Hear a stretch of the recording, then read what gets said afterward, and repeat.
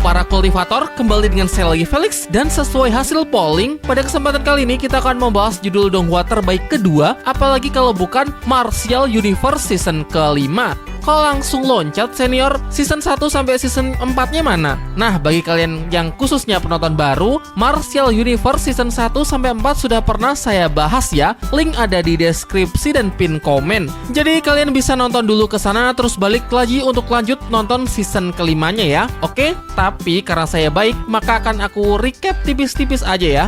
Seperti kebanyakan donghua lain, Martial Universe mengambil latar tempat dunia kultivasi. Setiap orang bisa berlatih dan berkultivasi hingga tahap tertentu tergantung bakat serta tekadnya. Tentu saja semakin tinggi kultivasi seseorang, maka akan jadi semakin kuat dan akan semakin pula untuk dihormati. Terdapat banyak klan di dunia ini, salah satunya adalah klan Lin, klan dari MC kita yang bernama Lindong. Klan Lin dibagi menjadi dua, yaitu klan utama dan klan cabang. Di mana klan utama dianggap lebih superior dibandingkan dengan klan cabang yang selalu dipandang remeh. Sayangnya Lindong terlahir sebagai anggota klan cabang sehingga sejak kecil ia selalu dibully. Apalagi bakat kultivasinya juga biasa-biasa aja, bahkan cenderung lemah. Salah satu karakter kuat yang selalu menindasnya bernama Lin Langtian. Lin Langtian berasal dari klan utama, sehingga jelasnya sangat dihormati, bakat kultivasinya pun juga sangat luar biasa. Jauh lah pokoknya dibandingkan Lindong. Dalam keputusasaannya, Lindong secara tidak terduga bertemu dengan entitas gaib bernama Xiaodai, sosok rubah hitam yang mempunyai latar belakang yang masih sangat misterius. Singkat cerita, bersama Xiaodai dan hewan peliharaannya harimau api bernama Xiaoyan, Lindong pergi berkelana meninggalkan klan Lin untuk sementara waktu.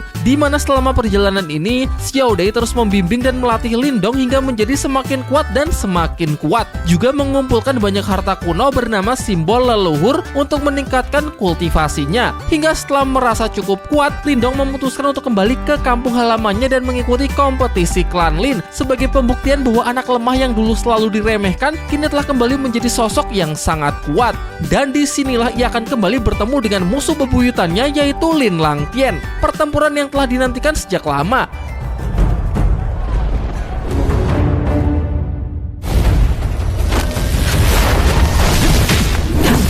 Di awal pertempuran, Lindong sudah ngegas lebih dulu mencoba serangan jarak dekat, namun tak ada yang berhasil. Lin Langtian masih terlihat santai dan sesekali memberikan serangan balasan.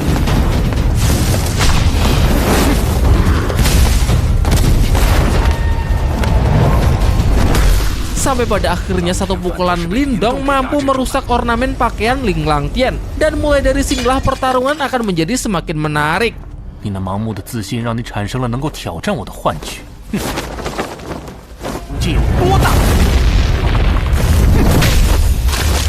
Sekarang giliran Lin Langtian. Ia menghajar Lindong habis-habisan, seluruh serangan masuk mengenainya hingga membuat semua orang yang mendukung Lindong mulai merasa khawatir.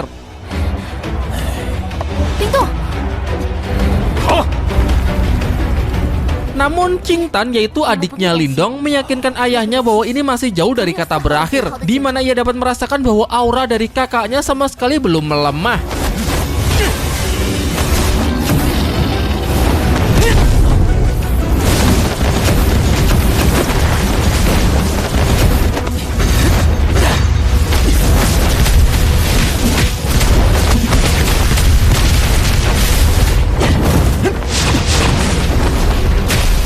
Dan benar saja, anggap saja yang tadi cuma pemanasan pelemasan otot. Lindong merilis teknik transformasi binatang iblisnya untuk meningkatkan daya tahan dan kekuatan tempurnya. Di mana kali ini ia terlihat bisa bertarung jauh lebih seimbang.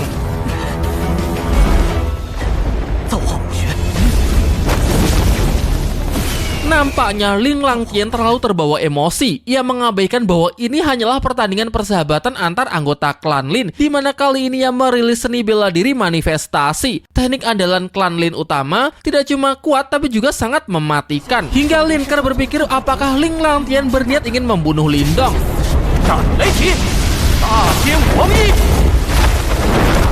Namun kekhawatiran semua orang dapat Lindong bantahkan ketika ia berhasil menahan serangan tersebut dengan teknik segel pemecah samudra. Akibatnya arena pertarungan pun sampai dibuat hancur berkeping-keping. Tidak berhenti sampai di situ, Lindong ujuk kebolehan dengan merilis teknik spiritual tingkat tinggi, mengendalikan pecahan-pecahan arena, menyatukannya untuk kemudian menghimpit tubuh Lin Langtian.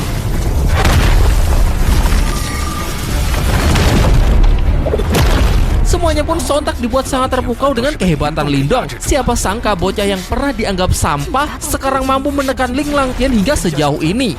Sayangnya serangan tersebut masih belum mampu menumbangkan musuh bebuyutannya tersebut. Ling Langtian kembali bangkit dan siap melancarkan serangan balasan menggunakan teknik seni bela diri manifestasi yang didapatkannya dari sekte kuno di kota Dauhang. Kalau cuma segitu, Lindong pun juga bisa. Ia juga mempersiapkan teknik yang ia dapat dari sekte kuno, 3 jari pemusnah kehidupan, yang diadu dengan teknik telapak kaisar segala penjuru milik Ling Langtian. Benturan hebat mengguncang seluruh arena, di mana teknik mereka berdua saling menekan satu sama lain. Dan seperti yang terlihat bahwa kekuatan Lindong mampu mengungguli Ling Langtian. Lindong memperingatkannya agar segera menyerah. Ling Langtian sudah kalah. Jika memaksa untuk tetap lanjut, maka jangan salahkan dirinya. Namun jelas Ling Langtian tidak akan mengakui kekalahannya begitu saja. Ia menolak kalah, dan seketika itu juga kekuatannya tiba-tiba melonjak. Xiao Dei memberitahu Lindong bahwa ia dapat merasakan ada entitas lain dari dalam diri Ling Langtian. Entitas tersebutlah yang terus memberinya tambahan kekuatan.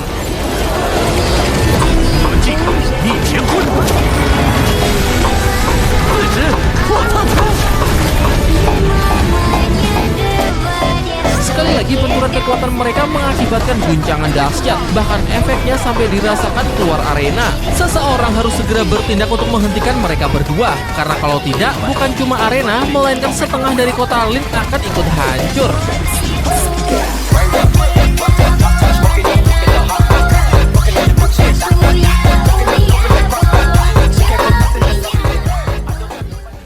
Dan benar saja, seseorang tiba-tiba datang dan langsung masuk ke dalam pertempuran untuk meredam dua kekuatan tersebut. Seorang pria tua dengan tingkat kultivasi yang sudah mencapai tingkat nirwana muncul. Diketahui bahwa orang ini adalah pemimpin utama klan Lin, bernama Lin Fan. Ia sangat kagum dengan pertarungan barusan, terutama terhadap kekuatan Lindong. Meskipun cuma berasal dari klan cabang, namun tetap bisa berkembang hingga sejauh ini. Bahkan menurutnya sudah setara dengan Ling Langtian. Jadi pada kompetisi klan Lin kali ini, ia menobatkan Lindong sebagai juara pertama. Kalau sudah begini, Ling Langtian pun juga tidak bisa protes. Tetapi jelas ia menunjukkan raut muka yang belum puas. Jadi sebelum pergi, ia memperingatkan Lindong bahwa lain kali ia pasti akan menghabisinya. Pada malam harinya, Lindong diminta menghadap ketua Lin Fan untuk membicarakan masalah penting. Setelah menyaksikan pertarungannya melawan Ling Langtian, tetua Lin Fan mengakui kehebatan Lindong sebagai aset berharga milik klan Lin. Jadi mulai sekarang ia resmi menganggap Yu Hao sebagai bagian dari klan Lin utama, salah satu dari 4 klan terkuat di dinastian. Ya, hanya di dinastian, karena dunia ini memang sangatlah luas. Ketua Lin Fan menjelaskan bahwa di luar dinastian masih banyak sekali klan hebat yang melebihi 4 klan terkuat di dinastian. Di luar sana klan Lin bukanlah apa-apa. Bahkan Tetua Lin Fan menyebut bahwa kultivasi yang sudah mencapai ranah nirwana seperti dirinya masih tidak ada apa-apanya. Ia kemudian menyinggung mengenai perang 100 dinasti. Lindong jadi teringat dengan perkataan Nona Ling Xingsu, di mana waktu itu wanita tersebut baru mau mengakui Lindong jika Lindong mampu berpartisipasi dalam perang 100 dinasti. Ini di season 2 ya guys, kalau nggak salah. Kalian cek dah, ada di season 3 episode 12. Oke, apa sih perang 100 dinasti itu? Singkatnya, perang 100 dinasti adalah sebuah kompetisi untuk mengumpulkan dan mengadu orang-orang berbakat dari seluruh dinasti demi tujuan tertentu. Sebelum penjelasan lebih jauh, terlebih dulu saya akan jelaskan dulu tentang seberapa luasnya dunia Martial Universe. Dunianya disebut sebagai benua Dongzuan, terbagi menjadi 4 wilayah, yaitu Zuan Selatan, Zuan Utara, Zuan Barat, dan juga Zuan Timur. Dari season 1 sampai sekarang, wilayah yang dijelajahi baru Zuan Timur. Itu pun cuma bagian kecilnya, yaitu di dinastian. Di Zuan Timur sendiri, selain dinastian, masih banyak dinasti-dinasti lain yang belum diketahui, yang bahkan bisa saja jauh lebih besar. Penguasa tertinggi Zuan Timur kemudian mengadakan kompetisi yang disebut Perang 100 Dinasti, di mana pesertanya adalah orang-orang berbakat dari berbagai dinasti di Zuan Timur. Mereka akan dikumpulkan untuk diadu dan diseleksi. Barang siapa yang terpilih maka akan langsung direkrut menjadi bagian dari organisasi yang disebut sebagai Sekte Super. Dikatakan bahwa sekte super ini adalah sekte terkuat, bahkan kekuatannya sanggup untuk menghancurkan sebuah dinasti dalam sekejap. Tetua Lin Fan menambahkan, jika Lindong benar-benar berhasil direkrut ke dalam sekte super, maka kelak seluruh dinastian akan aman di bawah perlindungannya. Ya, cukup satu orang saja bisa menyelamatkan seluruh dinasti. Tetua Lin Fan kemudian menceritakan bahwa di masa lalu, tepatnya pada 200 tahun yang lalu, seorang leluhur klan Lin berhasil diterima oleh sebuah sekte super melalui perang 100 dinasti. Hasilnya selama itu pula dan hingga saat ini, klan Lin tetap berdiri kokoh di dinastian. Sayangnya setelah itu tidak ada lagi anggota klan Lin lain yang bisa melakukan hal yang sama. Klan Lin stuck di situ-situ aja, karena tidak ada lagi jenius yang terlahir di keluarganya. Namun sekarang Tetua Lin Fan yakin bahwa masih ada harapan agar klan Lin kembali ke masa jayanya, terutama setelah melihat bakat luar biasa dari sosok Ling Langtian dan juga Lindong. Maka dari itu, ia menawarinya untuk ikut berpartisipasi dalam kompetisi 100 dinasti, dan Lindong pun langsung tegas mengiyakannya. Namun tidak secepat itu. Pertama-tama mereka harus menyeleksi orang-orang berbakat dari dinastian terlebih dahulu, baru setelah seleksi ketat tersebut, nama yang terpilih akan dikirim sebagai perwakilan dari dinastian untuk mengikuti kompetisi perang 100 dinasti melawan dinasti-dinasti lain di wilayah Zuan Timur. Dalam seleksi ini, Tetua Lin Fan akan mengirim Lindong dan Ling Langtian, dua orang paling berbakat di klan Lin saat ini, di mana keduanya akan bersaing melawan perwakilan dari berbagai klan lain di dinastian. Tetua Lin Fan juga menyarankan agar Lindong mengesampingkan dendam pribadi terlebih dahulu karena kehormatan klan adalah yang terpenting. Seleksi dinastian akan diadakan sebulan lagi, jadi Lindong memanfaatkan waktu yang tersisa untuk terus berlatih dan berkultivasi. Hingga setelah sebulan berlalu, ia berhasil menerobos ranah manifestasi tahap awal. Ia juga mendapatkan harta kuno bernama Puncak Penjara Berat dari pelatihannya di aula harta milik klan Lin utama. Dengan ini Lindong sudah siap untuk berangkat menuju ibu kota dinastian untuk mengikuti seleksi. Pada malam harinya sebelum pemberangkatan, Lindong menemui adiknya yaitu Qing Tan. Qing Tan mengajak kakaknya untuk pulang ke kota Yan bersama keluarga mereka. Namun Lindong menolak karena ia masih harus mengikuti seleksi kompetisi perang 100 dinasti untuk menjadi lebih kuat lagi dan memenuhi janjinya dengan seseorang. Qing Tan kemudian menawarkan dirinya untuk ikut bersamanya dalam menjelajahi wilayah luar dinastian. Tetapi Lindong tidak mengizinkannya mengingat dunia luar itu sangatlah berbahaya. Sayangnya Qing Tan malah ngambek. Ia salah paham menganggap bahwa kakaknya selalu memandangnya sebagai gadis yang lemah dan hanya menjadi beban. Pada pagi harinya, seluruh anggota klan Lin berkumpul untuk mengantar keberangkatan dua perwakilan klan mereka menuju ibu kota. Semuanya kecuali Qing Tan. Lindong berpikir bahwa mungkin adiknya tersebut masih ngambek gara-gara kejadian tadi malam. Namun yang tidak ia ketahui, ternyata Qing Tan mempunyai tujuan lain. Setelah menyaksikan kepergian kakaknya, seorang pria berjubah hitam menjemputnya, membuka sebuah portal dan mengajaknya pergi ke suatu tempat. Sejauh ini belum diketahui siapa dan mau kemana, jadi mohon bersabar ya bagi yang penasaran. Sebelum lanjut, saya akan menjelaskan terlebih dahulu mengenai bagaimana tingkatan kultivasi di dunia Martial Universe. Ini sudah pernah saya jelaskan sih, tapi barangkali kalian lupa ya. Secara garis besar, terdapat 12 ranah yang bisa dicapai oleh seorang kultivator, dari ranah yang terlemah hingga ranah yang terkuat. 1. Ranah penempaan tubuh. Ada 1-9 tingkat. Setelah melewati 9 tingkat tersebut, baru masuk ke ranah berikutnya. 2. Ranah Yuan Bumi. Terbagi jadi 3 tahap, yaitu awal, tengah, dan akhir. 3. Ranah Yuan Surgawi. Terbagi jadi 3 tahap, yaitu awal, tengah, dan akhir. 4. Ranah Yuan Dan atau Yuan Inti. Terbagi jadi 3 tahap, yaitu awal, tengah, dan akhir. Kelima, ranah pembentukan wujud. Terbagi jadi 3 tahap, yaitu awal, lanjut, dan puncak. 6. Ranah pembentukan Qi. Terbagi jadi 3 tahap, yaitu awal, lanjut, dan setengah jalan menuju manifestasi. 7. Ranah manifestasi. Ini ada lebih banyak lagi ya, yaitu awal, tingkat lanjut, tingkat penuh, tingkat puncak, setengah langkah menuju nirwana, dan pranirwana. 8. Ranah nirwana. Terbagi jadi 3 tahap, yaitu awal, level 1-9 tingkat nirwana, dan setengah langkah menuju ranah kehidupan. Nah, sejauh Donghua ini berjalan, karakter terkuat yang diketahui ada pada tingkat ini, seperti Ketua Lin Fan dan Kaisar Dinastian. Untuk sekedar tahu aja ya, saya akan lanjut menyebutkan ranah 9 sampai ranah ke-12.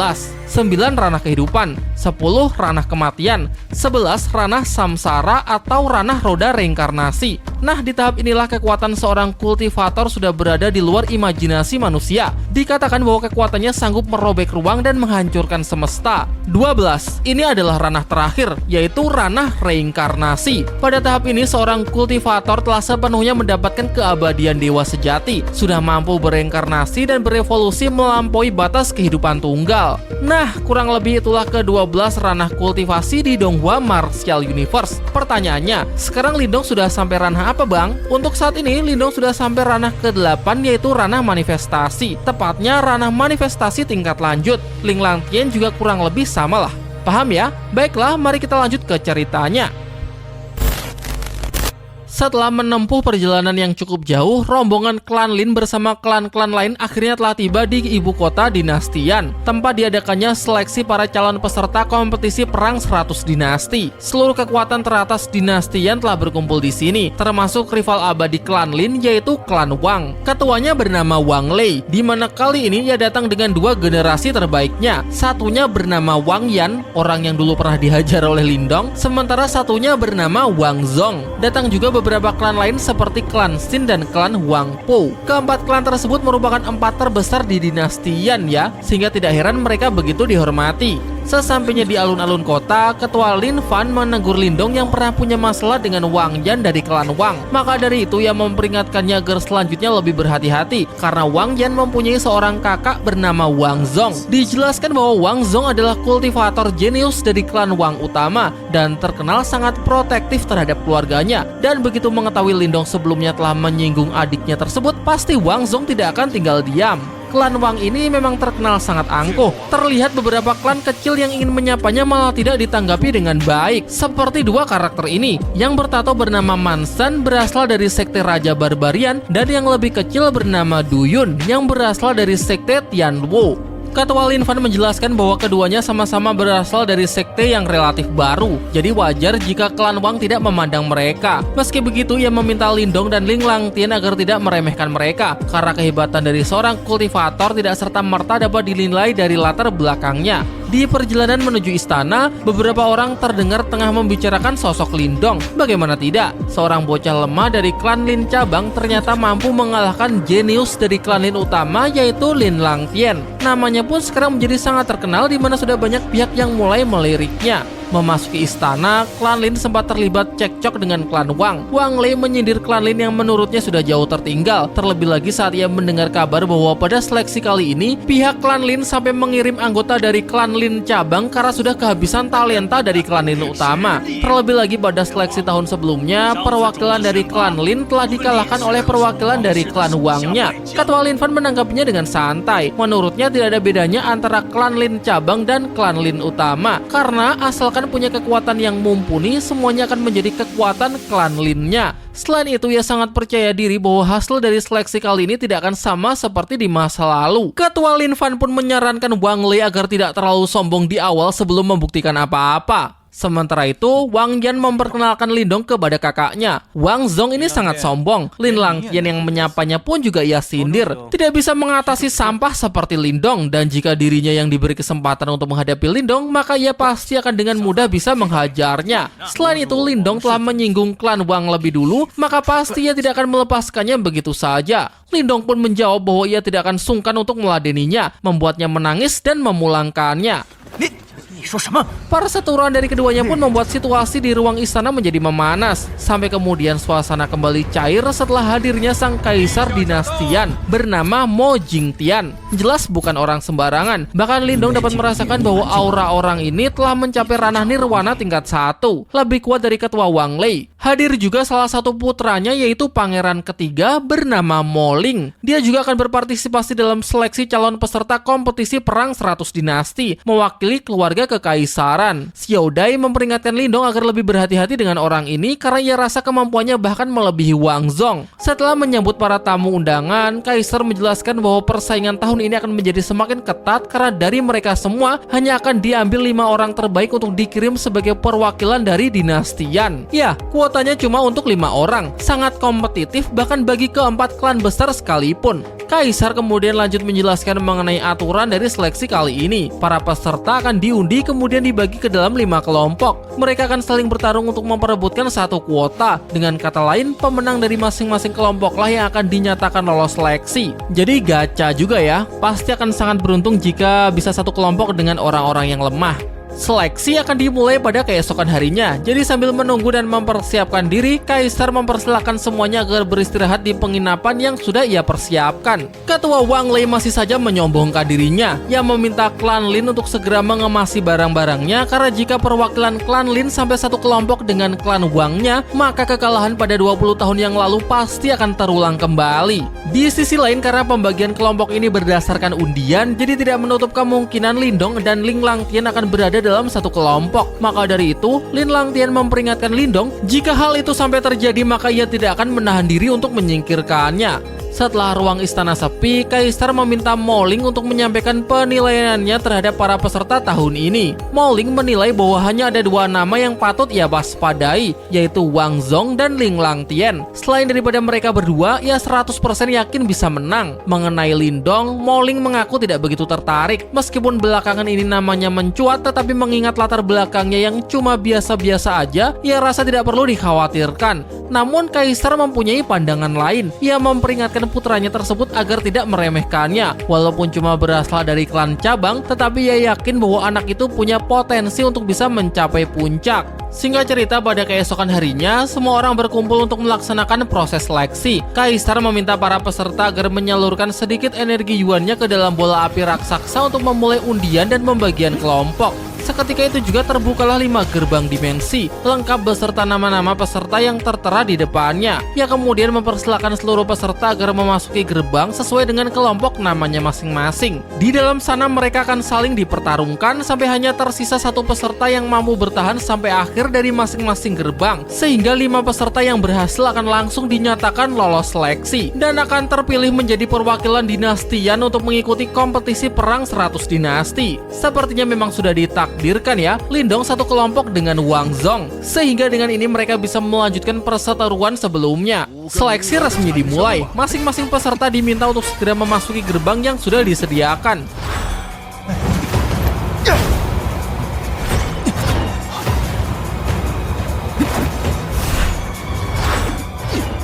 Bola api raksasa juga berfungsi untuk menampilkan layar agar mereka yang berada di luar bisa langsung menyaksikan jalannya pertempuran para peserta. Tidak lama setelah memasuki gerbang, para peserta pun sudah mendapatkan lawannya masing-masing. Pertama ada Mansan, mengandalkan kekuatan fisik yang sangat kuat, dengan mudah ia bisa menjatuhkan lawannya. Duyun, cuma dengan sekali tebas menggunakan pedangnya. Mo Ling, sang pangeran ketiga, juga mampu memenangkan pertarungan dengan mudah. Begitu pula dengan Ling Langtian. Nampaknya kesenjangan kekuatan antar peserta memang sangatlah jauh. Lalu bagaimana dengan Lindong? Ia bertemu dengan salah satu anggota klan Huang Puo bernama Huang Fuying. Katanya sih dia udah lama kepengen berantem melawan Lindong. Namun singkat saja, belum juga apa-apa, lawannya udah turu. Emang sok keras nih NPC. Dalam beberapa waktu saja telah banyak nama terhapus di depan gerbang, nama-nama yang sudah tereliminasi. Hingga dari masing-masing kelompok cuma tersisa 2 nama yang masih mampu bertahan. Dan mulai dari sinilah pertempuran yang sesungguhnya baru saja dimulai. Duyun, perwakilan dari sekte Tianlo, berhadapan melawan kultivator wanita dari klan Huang Pu. Pangeran ketiga berhadapan melawan Qingxi, lawannya yang nampaknya akan lumayan seimbang. Ada juga Wang Yan yang sedang bertarung sengit melawan Mansan dari sekte Raja Barbarian. Sayangnya sejauh ini Ling Langtian masih belum menemukan lawan yang sepadan. Ia hanya bertemu dengan para kroco yang dapat dengan mudah ia libas. Dan inilah pertarungan yang paling dinantikan oleh para pemirsa di babak seleksi ini. Lindong duel melawan Wang Zong. Wang Zong memberikan peringatan bahwa saat bertarung dirinya tidak akan pernah menahan diri. Dan jelas apa kata Lindong? Gaslah!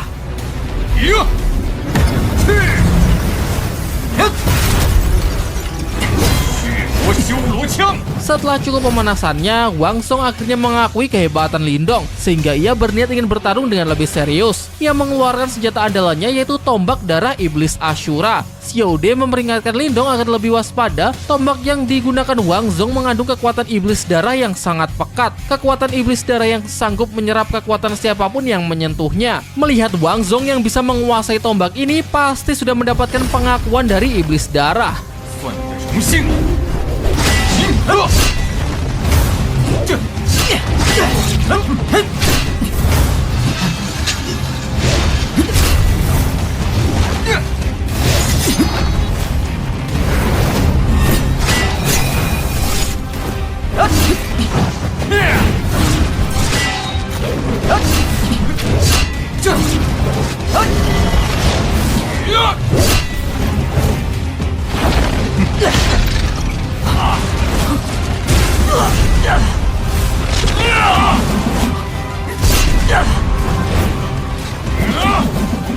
Dan benar saja, beberapa kali kontak fisik dengan senjata tersebut, tombak naga Lindong pun jadi terkorosi, terkikis oleh tombak berkekuatan iblis darah Ashura. Melihat Lindong yang masih belum mau menyerah, Wang Zhong merilis teknik serangan mata Ashura. Serangan ranah manifestasi yang mampu menghancurkan apapun yang dilewatinya. Lindong pun bertindak cepat dengan menahannya menggunakan harta kuno puncak penjara berat yang ia dapat dari ruang harta milik klan Lin. Diam-diam ternyata Lindong sudah menguasainya. Bukan hanya sebagai pertahanan mutlak, harta kuno tersebut juga bisa Lindong gunakan untuk menindih Wang Zhong melalui teknik yang disebut 6 matahari pemindah gunung.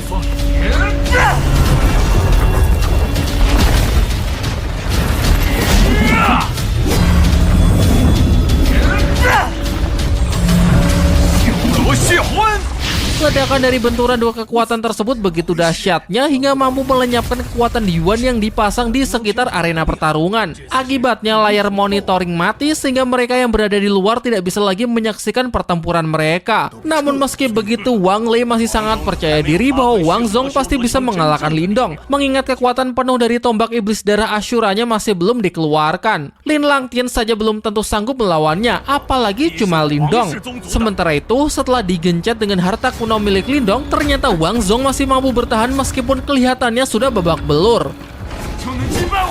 Kalau begitu, Lindong tinggal menambah tekanan gravitasi dari harta kunonya untuk semakin menekan tubuh Wang Zhong.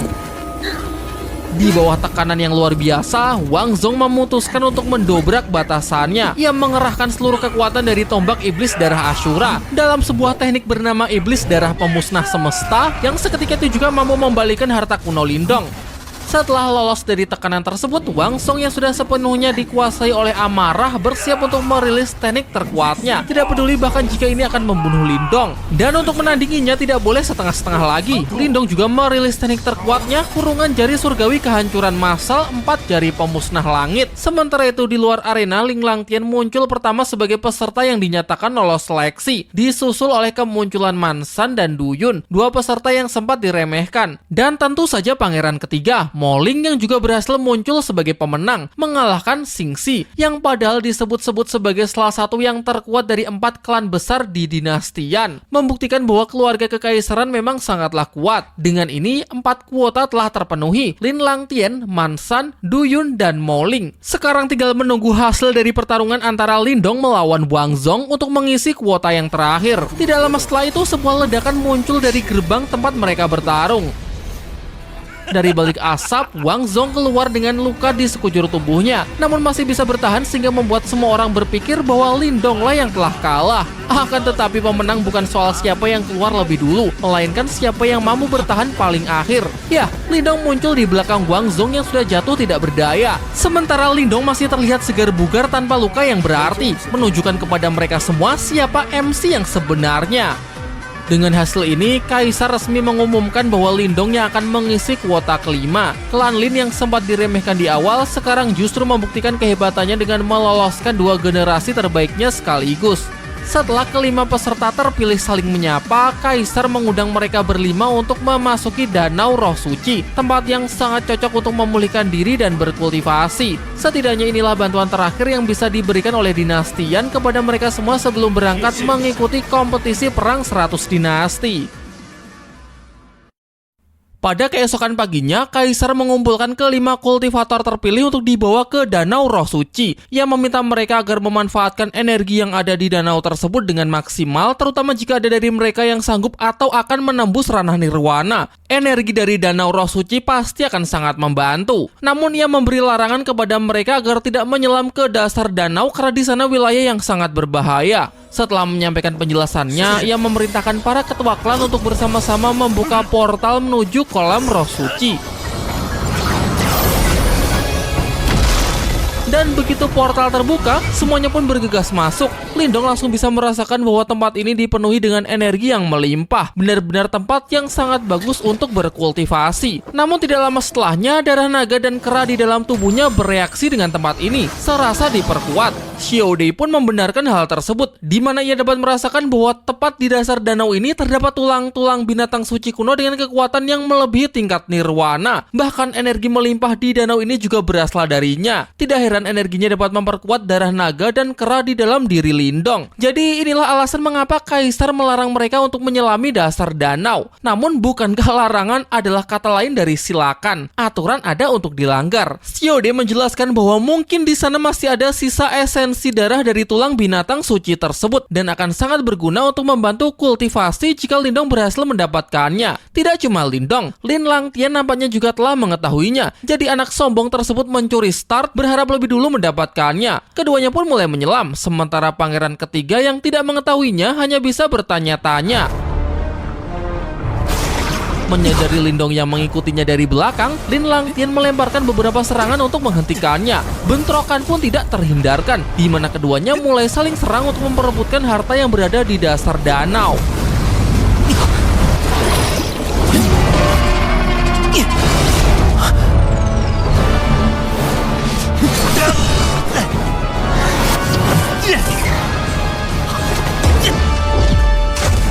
Lindong berhasil menyalipnya dan sampai lebih dulu. Di sanalah ia menyaksikan jasad dari binatang suci. Nampak sudah tidak berdaya dengan banyak rantai yang menyegelnya. Bernama buaya langit kuno. Xiaodei menilai bahwa di dalam jasad ini masih ada sisa jiwa tertinggal. Untuk itulah formasi segel dipasang di sekitarnya. Tak lama kemudian Lin Langtian datang menyusul. Ia tidak menyangka bahwa sampah dari klan cabang berani sekali ikut turun ke tempat ini. Lindong pun ganti menyindir dengan mengatakan bahwa jika tanpa bantuan makhluk yang bersemayam di dalam tubuh Lin Langtian, maka pasti sudah lama ia bisa menumbangkannya. Ya, Lindong sudah tahu bahwa Lin Langtian juga punya kodam. Ia menyadarinya pada saat mereka beradu serangan di arena kompetisi klan Lin. Lin Langtian hampir tumbang, namun mampu bertahan berkat bantuan dari kekuatan misterius dari dalam tubuhnya. Jadi masih pantaskah Lin Langtian disebut sebagai generasi terbaik di klan Lin? Waduh, ada yang kena mental nih. Karena sudah ketahuan, sekarang tidak ada gunanya lagi untuk bersembunyi. Seorang kakek tua bernama Musi. Yu Hao nampak sudah tidak terkejut. Ia tahu dari Xiaodei bahwa di dunia ini ada beberapa kultivator hebat yang masih mampu mempertahankan eksistensi jiwanya setelah kematian dan menunggu kesempatan untuk bisa terlahir kembali. Xiaodei pun keluar untuk mempertegasnya karena memang sudah sejak lama ia ingin melihat wujud asli dari si kakek tersebut. Kakek Musi pun tertarik untuk menghadapi Xiaodei dan menelannya. Sementara Lin Langtian ia tugaskan untuk segera mengambil esensi darah binatang suci.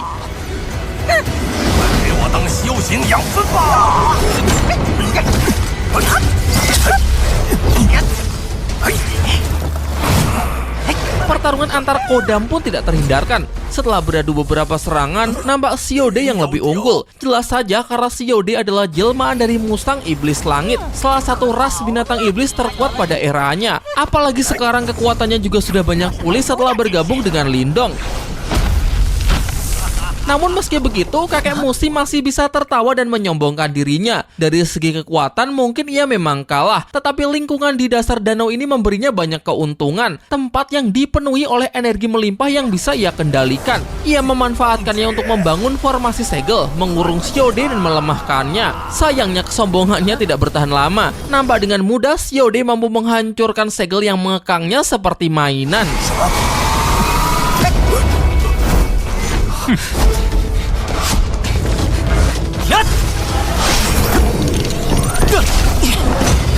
Di saat yang sama, Lindong kembali berhadapan melawan Lin Langtian untuk memperebutkan esensi darah binatang suci tersebut. Bentrokan dari keduanya sampai dapat dirasakan oleh Mo Ling. Meskipun ia masih bertanya-tanya sebenarnya apa yang sedang terjadi.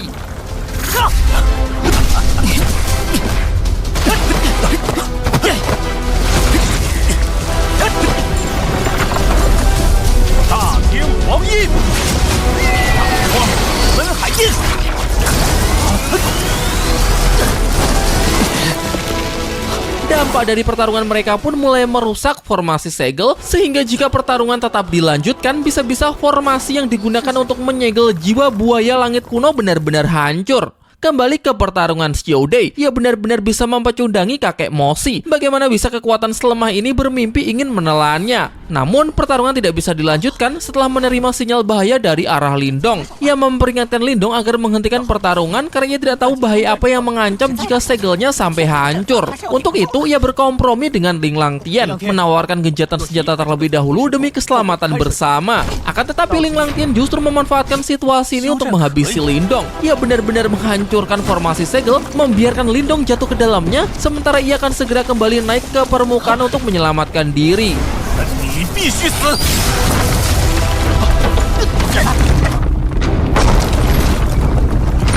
Seketika setelah formasi runtuh, terlihat jiwa-jiwa binatang suci yang mencoba kabur.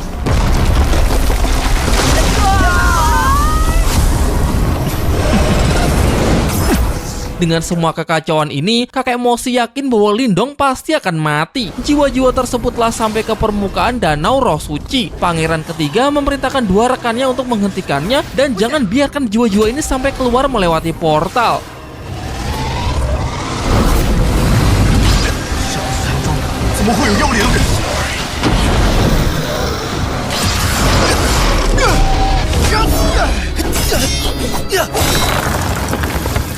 Gejolak dari kekacauan di Danau Roh Suci sudah dapat dirasakan oleh Kaisar dan para tetua. Kaisar khawatir kalau gejolak ini dipicu oleh rusaknya formasi segel di dasar danau. Merasa khawatir, tetua Lin Fan menyarankan agar mereka segera masuk demi membantu anak-anak yang terjebak di sana. Anak-anak yang menjadi harapan masa depan dinasti Yan sedang dalam bahaya. Namun Kaisar tidak sependapat. Menurutnya akan lebih baik jika mereka tetap di sini untuk fokus melindungi penghalang. Jika hal buruk sampai terjadi, mereka setidaknya masih punya kesempatan untuk menahan jiwa-jiwa binatang suci dan meminimalisir kerugian. Sedangkan untuk pangeran ketiga dan yang lainnya, Kaisar berharap agar mereka bisa menganggap insiden ini sebagai ujian terakhir sebelum mereka terjun mengikuti kompetisi perang 100 dinasti. Di sisi lain, akibat runtuhnya formasi segel, Lindong jatuh ke dalam lubang api dan sempat membuatnya pingsan. Selanjutnya ia harus menghadapi murka dari binatang suci yang telah sepenuhnya bangkit, yaitu buaya langit kuno.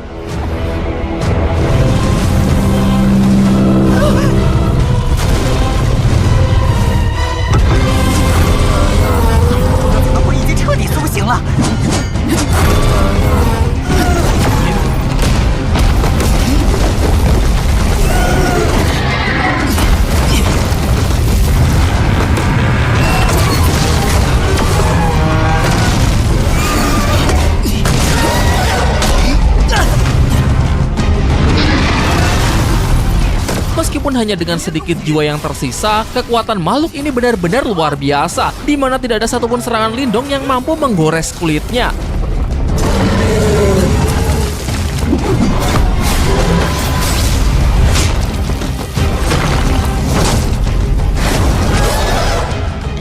Semuanya tidak mempan. Xiaode pun berencana untuk menggunakan cara lain, yaitu hanya dengan menarik keluar sisa jiwanya baru bisa menghentikan amukan dari monster tersebut. Jadi ia meminta Lindong untuk mengalihkan perhatiannya, sedangkan Xiaode lah yang akan menarik jiwanya.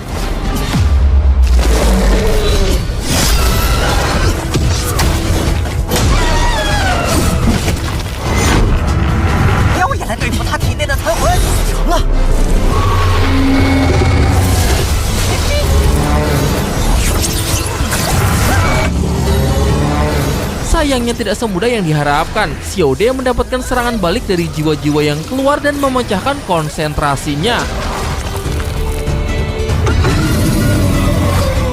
Tetapi Lindong tidak kehabisan akal. Setelah ia paham konsepnya, ia mengaktifkan teknik kekuatan simbol pelahap. Teknik yang ia peroleh dari simbol leluhur pelahap di kota kuno Dauhang, memungkinkannya untuk melahap dan menyerap energi apapun. Tidak disangka ternyata juga bisa ia gunakan untuk menyerap sisa jiwa dari makhluk tersebut.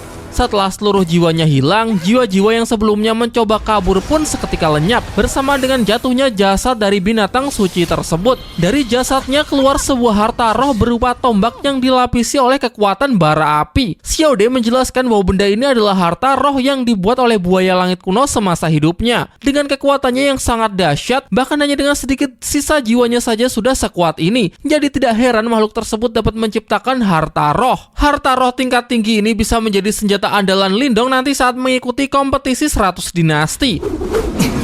Selain itu, menurut Xiaode, mungkin kelak Lindong juga bisa memanfaatkan senjata ini untuk memanggil roh binatang kuno tersebut untuk membantunya bertarung. Namun untuk lebih jelasnya, Xiaode akan menerangkannya di lain waktu. Untuk saat ini, Lindong masih punya tugas untuk mengumpulkan esensi darah dari jasad binatang ini terlebih dahulu. Sementara itu, Lin Langtian akhirnya telah kembali ke permukaan setelah bertemu dengan Kaisar yang menceritakan kejadian yang ia alami di dasar Danau Roh Suci. Jelas di sini ia berbohong dan memfitnah Lindong. Ia menceritakan saat ia mengikuti Lindong turun ke dasar danau, ia pikir Lindong hanya ingin menyerap lebih banyak energi. Namun ternyata anak itu malah berniat ingin membunuhnya. Ia juga sudah memperingatkan Lindong agar tidak mengusik formasi segel di dasar danau agar tidak menimbulkan bencana. Namun Lindong tetap bersikeras ingin membunuhnya dan menghancurkan formasi tersebut, hingga pada akhirnya formasi pun runtuh, mengubur dirinya sendiri dan mati tertelan oleh api bumi. Waduh, kocak si Jamet ini, pinter banget ngarang ceritanya ya.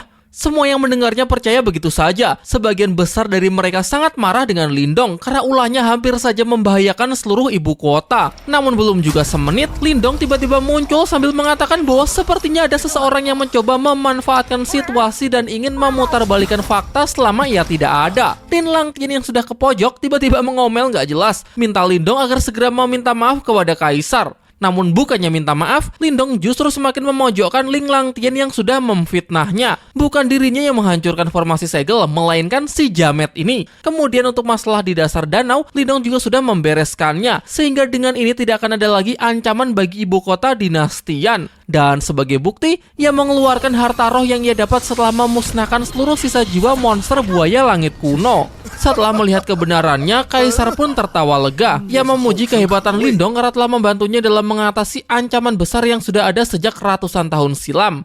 Diceritakan bahwa dahulu saat dinasti Yan baru berdiri, muncul seekor monster buaya langit kuno yang membuat kekacauan di mana-mana. Telah dikumpulkan banyak kultivator jenius untuk mengatasinya, namun tidak ada satupun yang berhasil. Tidak terhitung berapa banyak jumlah korban yang sudah berjatuhan. Pihak dinasti Yan sudah melakukan segalanya, tetapi tetap tidak ada hasilnya. Sampai akhirnya meminta bantuan dari seorang kultivator super baru bisa menaklukkan makhluk buas tersebut. Namun meskipun jasadnya telah mati, sisa jiwanya tetap tidak dapat dimusnahkan. Untuk itulah Danau Roh Suci dibangun pada masa dinastian untuk menekan jasad dari monster tersebut sekaligus membentuk formasi guna memurnikan jiwa-jiwa yang masih tersisa. Meskipun masalah telah teratasi, tidak ada yang benar-benar yakin kalau ancaman telah berakhir. Selama ratusan tahun, teror dari sang buaya langit kuno terus menghantui semua orang dan menjadi duri besar bagi dinasti Yan. Semuanya hanya bisa pasrah. Pihak kekaisaran tidak mempunyai solusi yang lebih baik dan tidak berani bertindak gegabah karena ancaman ini menyangkut keselamatan banyak orang. Namun siapa sangka masalah tersebut kini justru telah diselesaikan oleh Lindong, sehingga Kaisar mewakili dinasti Yan sangat berterima kasih. Kemudian karena harta roh ini adalah hasil jerih payahnya sendiri, maka Kaisar mengizinkan Lindong untuk memilikinya. Sekarang setelah memetik hikmah dari insiden hari ini, sudah tidak penting lagi memperdebatkan siapa yang salah dan siapa yang benar. Kaisar pun memerintahkan mereka semua untuk kembali ke penginapan untuk beristirahat, karena mereka cuma punya waktu 5 hari lagi sampai dimulainya kompetisi perang 100 dinasti.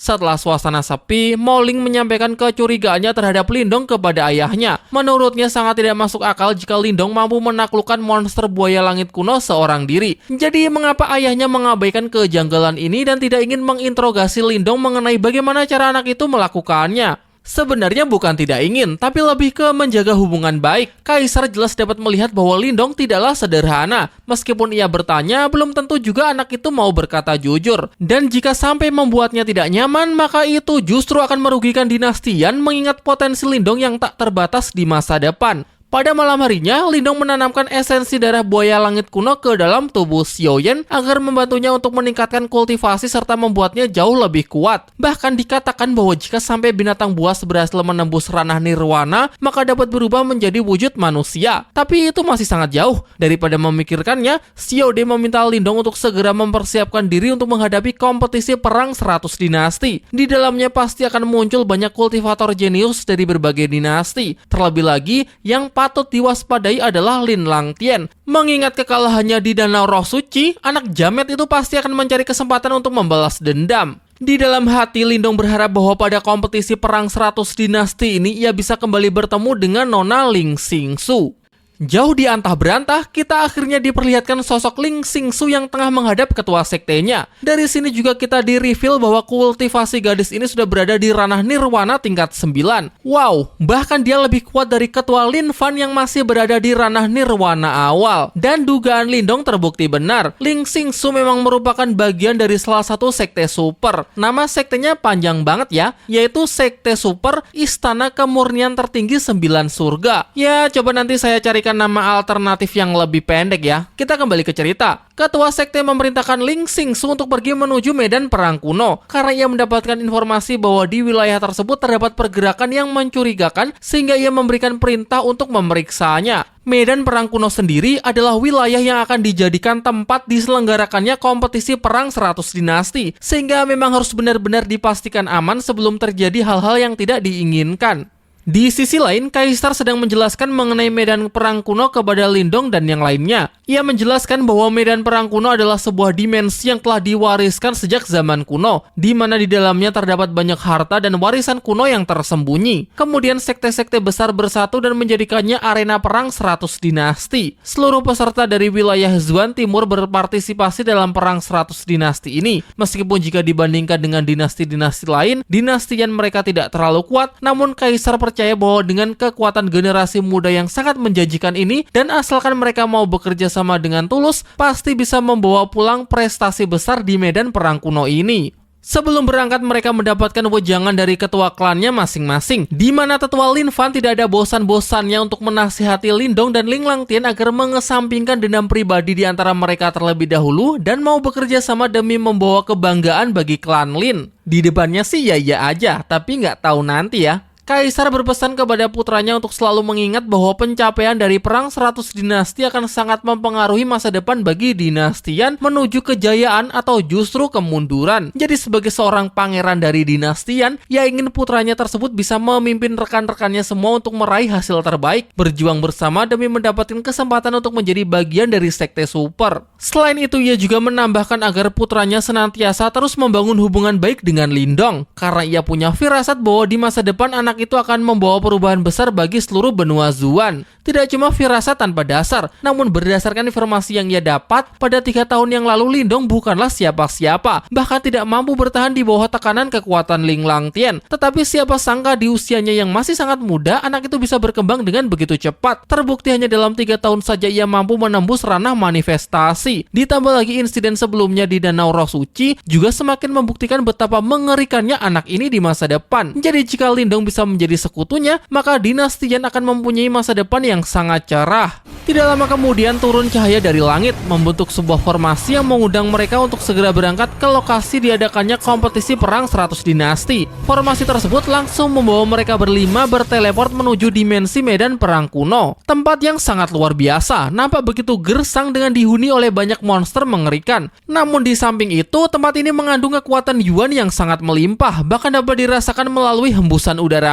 Lindong kemudian menunjuk sebuah tempat yang menyerupai istana di atas awan. Dengan pengetahuannya yang luas, pangeran ketiga menjelaskan bahwa untuk saat ini mereka berlima belum bisa pergi ke sana. Mereka harus tinggal di bawah sini terlebih dahulu selama 1 tahun. Jika berhasil bertahan serta mampu mencapai ranah nirwana, barulah mereka berhak memasuki tempat tersebut dan mendapatkan kesempatan untuk langsung bergabung ke dalam sekte super. Duyun memuji pengetahuan pangeran ketiga mengenai medan perang kuno yang ternyata begitu mendalam. Ya tentu saja, karena sejak zaman dahulu telah banyak seniornya dari keluarga kekaisaran yang pernah memasuki medan perang kuno untuk berlatih. Di tengah penjelasannya, Xiaoyan tiba-tiba menjadi sangat agresif setelah merasakan adanya ancaman yang sedang mendekat. Dari belakang bebatuan, muncul seekor monster buas berjenis serigala gurun. Awalnya Mansan berpikir bahwa ini hanyalah seekor monster biasa, jadi tidak perlu terlalu dikhawatirkan. Namun pangeran ketiga mengingatkan agar tetap waspada, karena setahunya monster jenis ini jarang sekali bergerak sendirian. Dan benar saja, hanya dalam waktu singkat mereka berlima sudah dikepung oleh sekawanan monster tersebut yang siap memangsa mereka.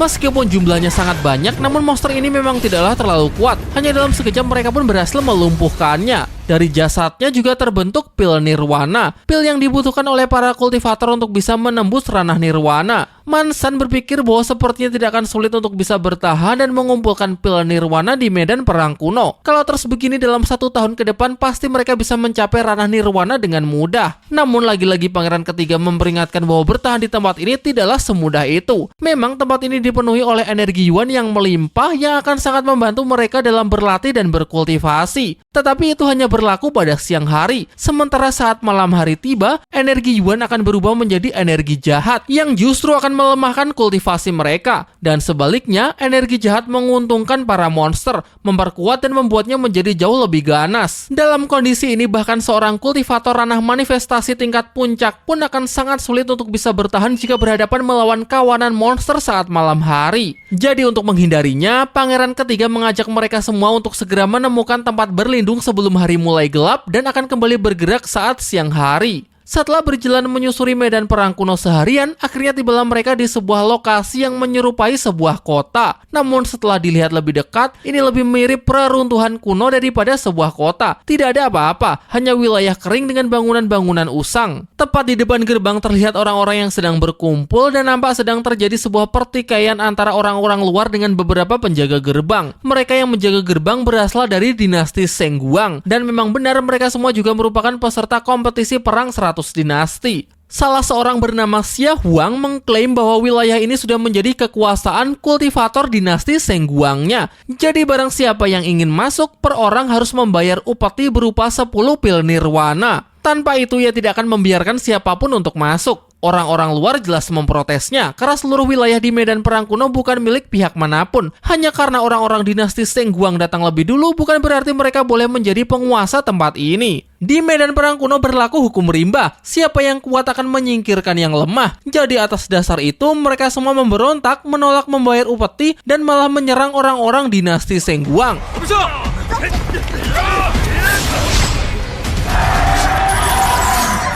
Ya, ini memang hukum rimba. Di pihak dinasti Sengguang ternyata terdapat kultivator yang sangat kuat bernama Jinmu yang telah mencapai ranah manifestasi setengah langkah menuju nirwana. Atau bisa dibilang tinggal sedikit lagi sudah mencapai nirwana. Tidak heran ia mampu melenyapkan seluruh lawannya hanya dalam sekejap. Jinmu menegaskan bahwa dirinya lah yang berkuasa di wilayah ini, sehingga siapapun yang berani menentangnya pasti akan bernasib sama seperti mereka yang musnah. Menyaksikan kengerian tepat di depan mata, orang-orang pun menjadi ketakutan. Namun Lindong berbeda. Tentu ia tidak bisa tinggal diam saat ada ketidakadilan tepat di depan matanya. Sayang pangeran ketiga menghentikannya. Ia tahu meskipun Lindong sangat kuat, tetapi lawannya kali ini adalah kultivator ranah manifestasi setengah langkah menuju nirwana. Sehingga sebaiknya tidak perlu mencari masalah dengan mereka. Lebih baik mengalah terlebih dahulu dengan membayar upeti. Setidaknya dengan begitu mereka bisa berlindung dan terhindar dari serangan monster di malam hari. Setelah membayar upeti, mereka pun diperbolehkan untuk memasuki kota yang kemudian juga diikuti oleh orang-orang yang rela patuh demi keselamatan mereka. Setelah memasuki kota, terlihat banyak tembok yang sudah rusak parah. Mansan pun ragu apakah di dalam sini mereka akan benar-benar aman dari serangan monster. Tidak berselang lama, matahari akhirnya telah terbenam. Dan seketika itu juga mereka dapat merasakan kalau ada sesuatu yang seolah sedang menekan kekuatan mereka. Jelas ini adalah pengaruh dari energi jahat. Semua orang terpengaruh terkecuali Lindong dan Ling Langtian, di mana ternyata kodam-kodam mereka mempunyai kemampuan untuk menangkal pengaruh energi jahat. Diperlihatkan juga di dalam kota terdapat seorang gadis yang tengah memperhatikan rombongan Lindong. Diketahui bahwa gadis ini bernama Mu Hongling. Hingga tidak lama kemudian tiba-tiba bumi berguncang, pertanda serangan para monster sudah dimulai. Di bawah cahaya purnama terlihat sekawanan monster serigala gurun dengan ganasnya berlari untuk menyerbu kota. Jinmu memimpin para kultivator dinasti Sengguang untuk membentuk formasi pertahanan, di mana tidak ada satupun monster yang mampu menembusnya. Akibatnya para monster memilih jalan memutar untuk mengincar orang-orang yang berada di dalam kota. Namun Jinmu tidak memperdulikannya, karena dari awal ia memang hanya memanfaatkan mereka demi kepentingan kelompok.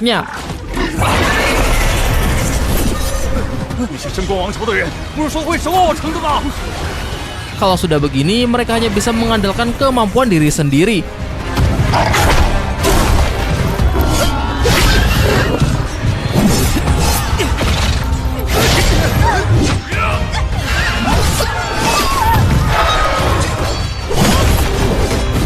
pertempuran tidak terhindarkan. Dan mungkin ini memanglah rencana licik dari Jinmu. Ia hanya ingin melindungi dirinya sendiri dan menggunakan orang-orang di dalam kota sebagai umpan. Mu Hongling, gadis yang tadi juga ikut bertempur. Kekuatannya cenderung biasa-biasa saja, sampai-sampai Lindong harus melindunginya.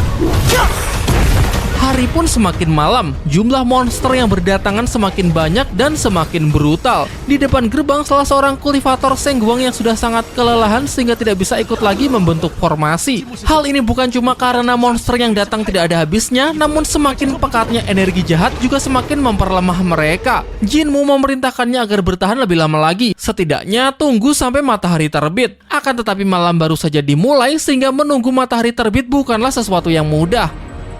Ketika para monster sedang gencar-gencarnya menyerang, tiba-tiba terdengar suara seruan aneh yang seketika membuat para monster mundur. Tidak ada yang tahu persis apa yang sebenarnya sedang terjadi, namun positifnya mereka semua jadi bisa beristirahat dengan tenang. Jinmu bersama rekan-rekannya melepaskan formasi pelindung. Situasi di tengah kota pun sekarang juga sudah aman. Mereka pun bergegas untuk mengambil pil nirwana dari jasad-jasad monster yang telah mati, memanen hasil jerih payah mereka. Namun situasi kembali ricuh ketika para kultivator Sengguang datang dan malah hendak merampasnya. Jinmu menginginkan mereka semua untuk menyerahkan setengah pil nirwana tersebut kepada kekaisaran Sengguangnya sebagai bayaran atas perlindungan yang diberikannya pada malam ini. Ia menambahkan siapapun yang menolak aturannya maka dipersilakan untuk segera meninggalkan kota. Jelas semuanya pun merasa tidak terima hasil jerih payahnya diambil begitu saja. Lagi pula kultivator kekaisaran Sengguang tidak berbuat apa-apa saat terjadi serangan monster dan mereka semua selamat berkat dirinya sendiri. Menyaksikan para kultivator Sengguang yang terus saja berbuat seenaknya, Lindong pun tidak bisa menahan dirinya lagi. Pangeran ketiga masih cari aman dengan berusaha meredam amarahnya. Namun itu semua sudah cukup karena kali ini kesabaran Lindong sudah habis. Ia secara terang-terangan menentang Jinmu, menuduh pihak mereka hanya ingin menguasai kota dan terus memeras yang lemah. Ia merasa sama sekali tidak meminta perlindungannya dengan mengabaikan para monster memasuki kota dan membiarkan semuanya untuk mengatasinya sendiri. Sehingga setelah semuanya selesai, kekaisaran Sengguang tidak berhak untuk meminta imbalan apapun.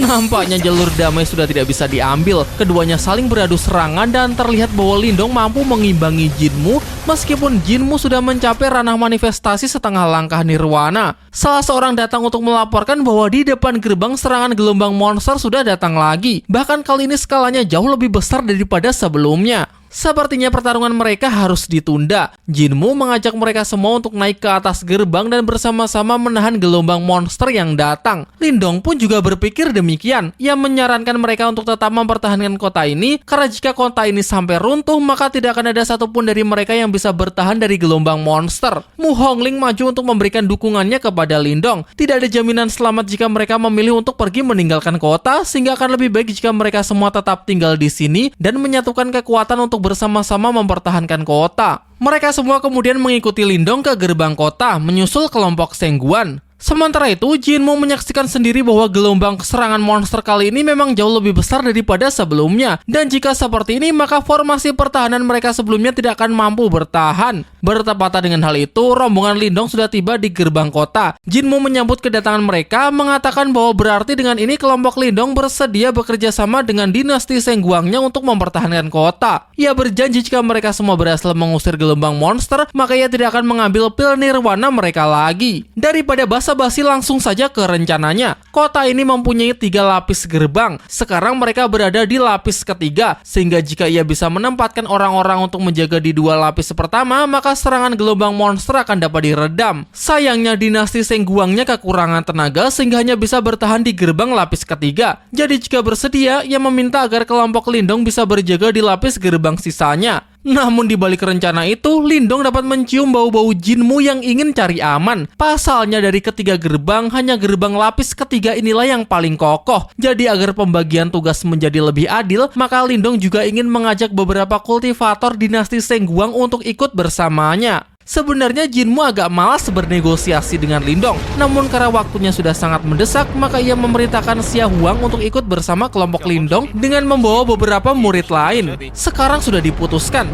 Jinmu akan tetap menjaga gerbang lapis ketiga. Lindong bersama rekan-rekannya, Mu Hongling ditambah beberapa kultivator Sengguang menjaga gerbang pertama, sedangkan gerbang kedua ia serahkan ke yang lain.